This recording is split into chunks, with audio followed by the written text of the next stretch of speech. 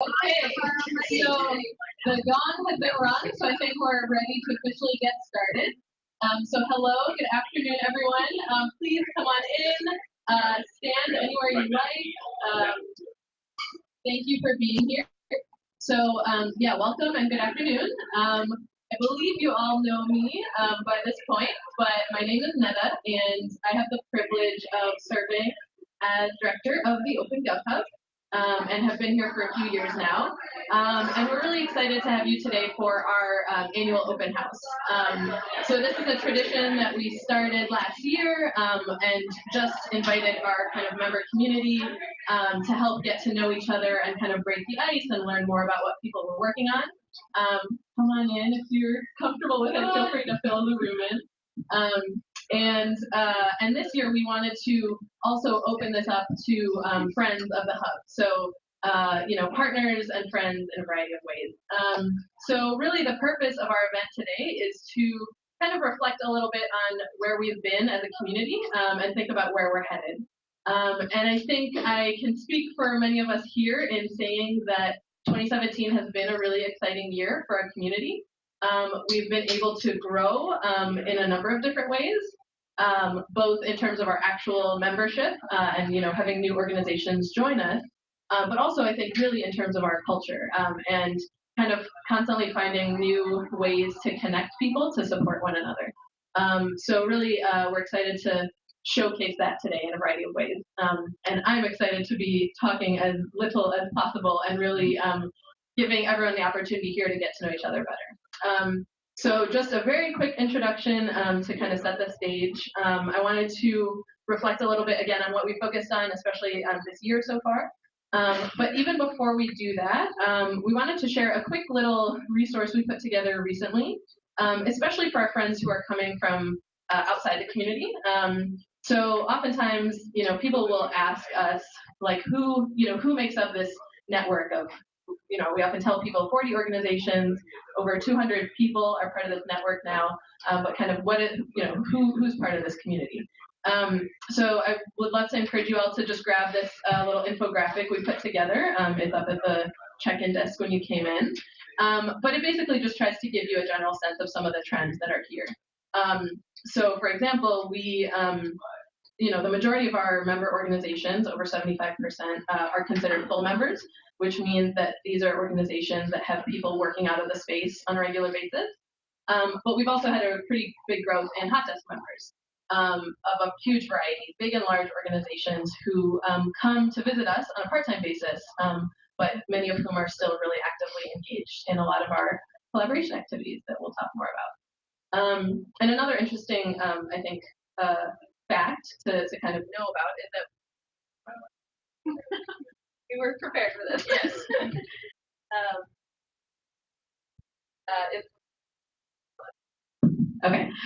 Is that we are a very international community and global focused community. We always have been.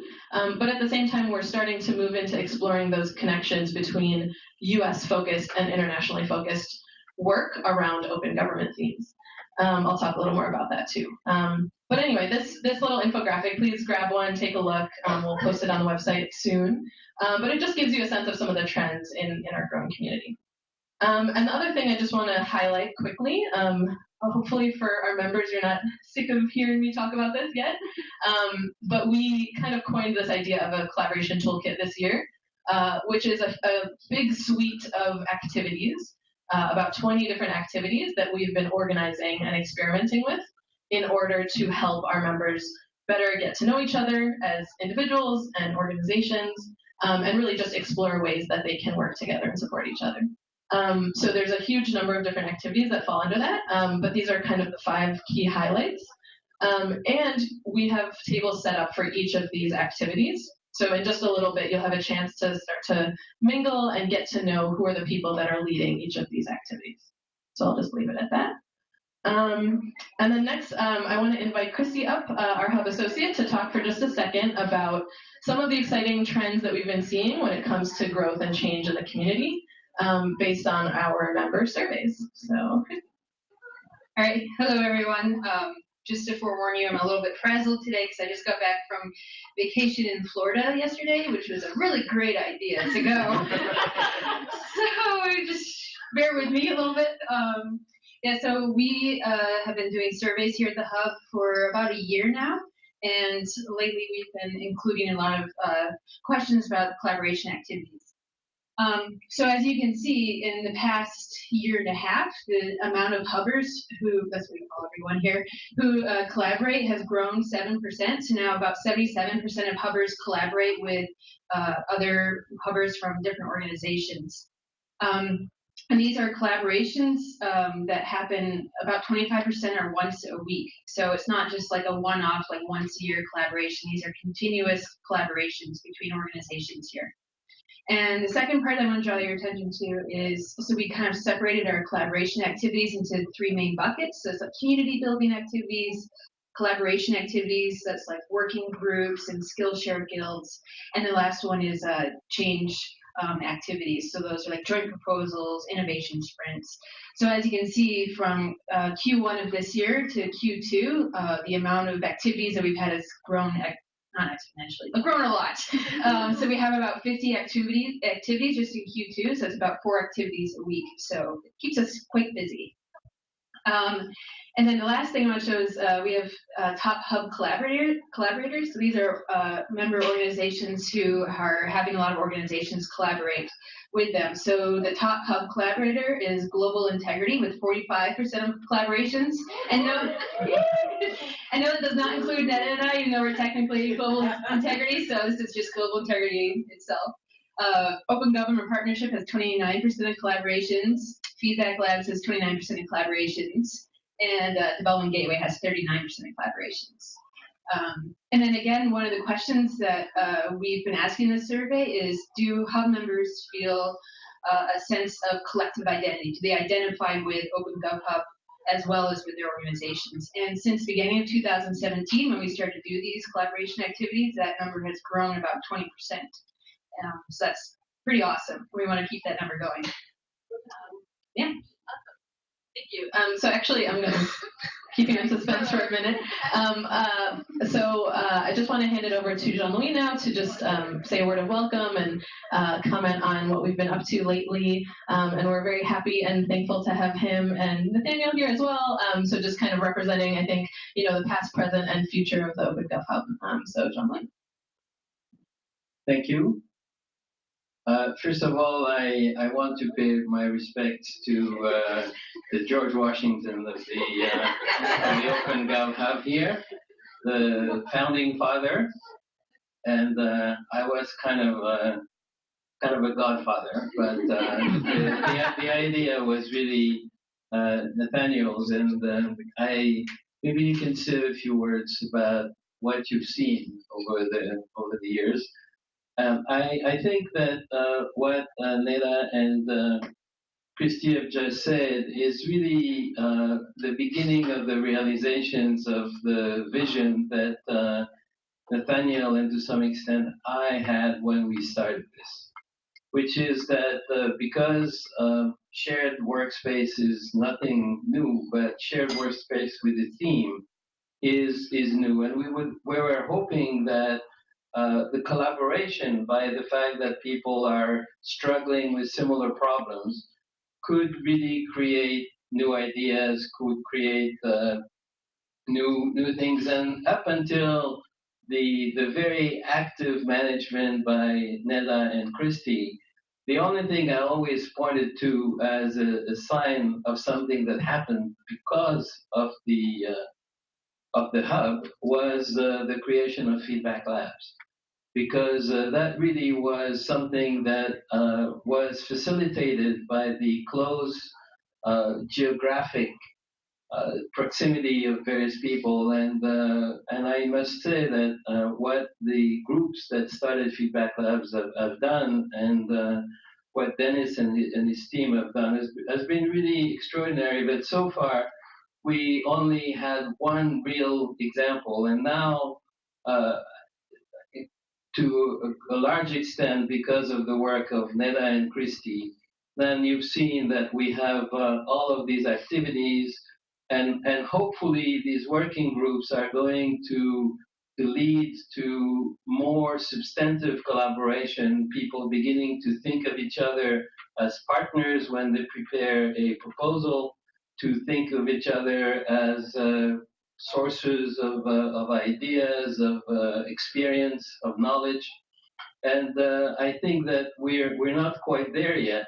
But my hope is that as we continue to work together, we've done something that I didn't think I had thought before, which was we submitted a couple of joint proposals to the Omidyar Foundation, and some of them, one of them was funded, but all of them really gave us the opportunity to really work together and to discover what we can do to each other. And we'll learn about some of this in the rapid results of the working group so far.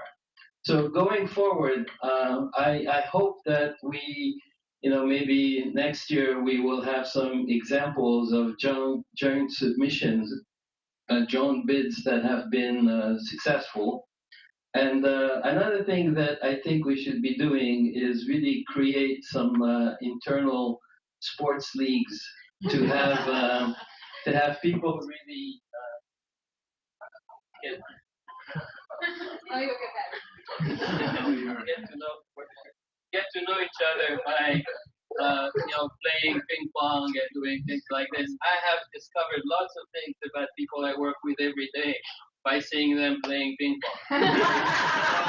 So, to the extent that we can do this, I think this is how then it's a lot easier once we have gotten to know each other in a non-work space or not work way to really work together. So I hope that we can do this together, but I would be remiss if I didn't ask all of you to give a big hand to Neda and Christy, because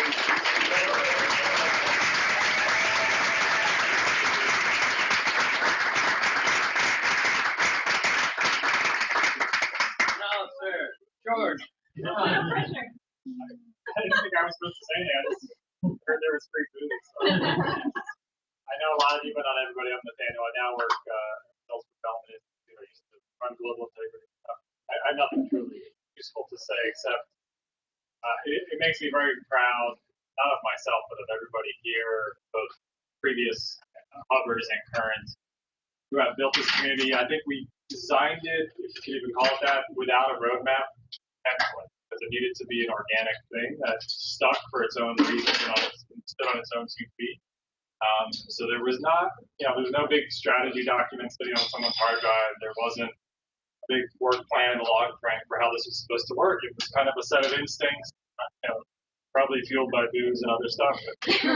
I think it's what now has become a bit institutionalized and efficient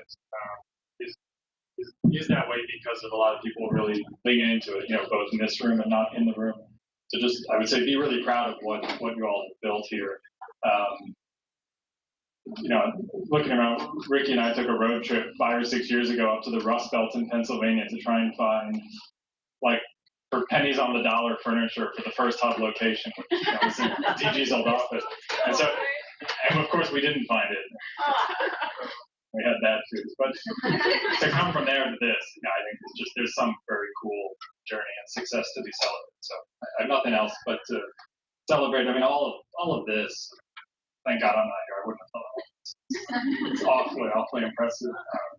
And to, the last quick point on a serious note, the kind of work we all do, whether you call it open government or transparency and participation, whatever the verbiage is, these are big, thorny problems, and they're frankly a lot bigger these days than we probably fully appreciated, 5 or 7 years ago. And if we're honest with ourselves, the size and breadth of most of our organizations are insufficient to tackle them at the scale we want. And so I think working through these kinds of collaborations is almost necessary now. It's not just a luxury, but you're going to have to build these kinds of bridges to try and get to the kind of impact you're after in this kind of work if you're serious about being intellectually honest with the scale of the problem.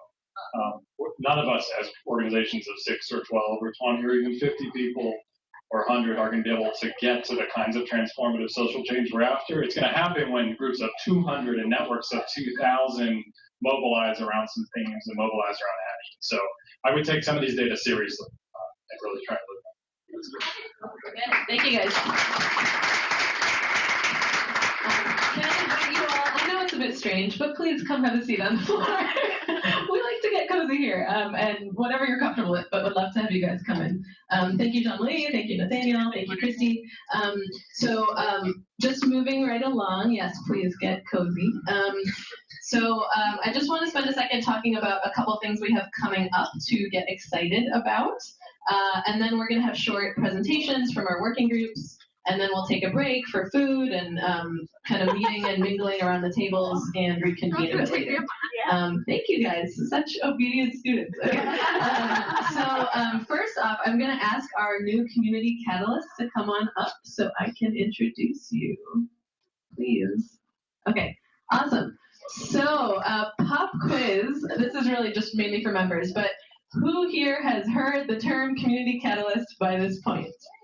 Okay, we've tried not to inundate you too much with it, but this is basically a new pilot program that we've just officially started because with the continued growth of our community, we've realized that we could use not only some helping hands just around the office to deal with all the day-to-day stuff that is inevitable, but really additional hubs and nodes within this network and people who, I love the analogy John Lee shared, who can be like pollinators in our community. Because the more we grow, the more we want to make sure we're really intentionally investing in activities and people who can connect the dots and introduce people who have shared interests and shared needs. So that's why we created the Community Catalyst program, which involves these 4 lovely people basically working part-time for the Hub about 1 day a week in exchange for a hot desk membership. And so quickly, I'll just introduce them. I'll say like 1 sentence each, but really want to encourage everyone to make sure you say hello and introduce yourself before heading out today, and otherwise just start to get to know them as they'll be with us through December. So I'll start over here. So we have Andrew Webb. Andrew was an educator for 10 years and worked with many students of many different ages and backgrounds, but is also a former Peace Corps volunteer. He did Peace Corps in a very, very interesting place. Please ask him about it. And was looking to kind of pivot more back into international development, and is also studying facilitation design. Is that right? Instructional design. This work came at a good time. Next we have Alyssa. Alyssa's background is in urban sustainable development, which is awesome. She worked for the World Resources Institute and is a great resource on a number of different issues, including kind of cities and open governance at the local level, which is one of our thematic groups. Next we have Evan. So Evan works as a research consultant and is a part-time student as well, with a background in national security and data. Is that fair? Lots of things, cool things. We talked about AI at one point. That was cool. He also ran his own small business over the past year, which again was awesome. And please ask him about it. And then finally we have Marian. Marian works as a freelance journalist and is new to DC. And before this, she was working for the German government running civic education programs and is especially interested in issues like closing civic space and open data as well. Hopefully that is a decent introduction. So can we have a big round of applause to our new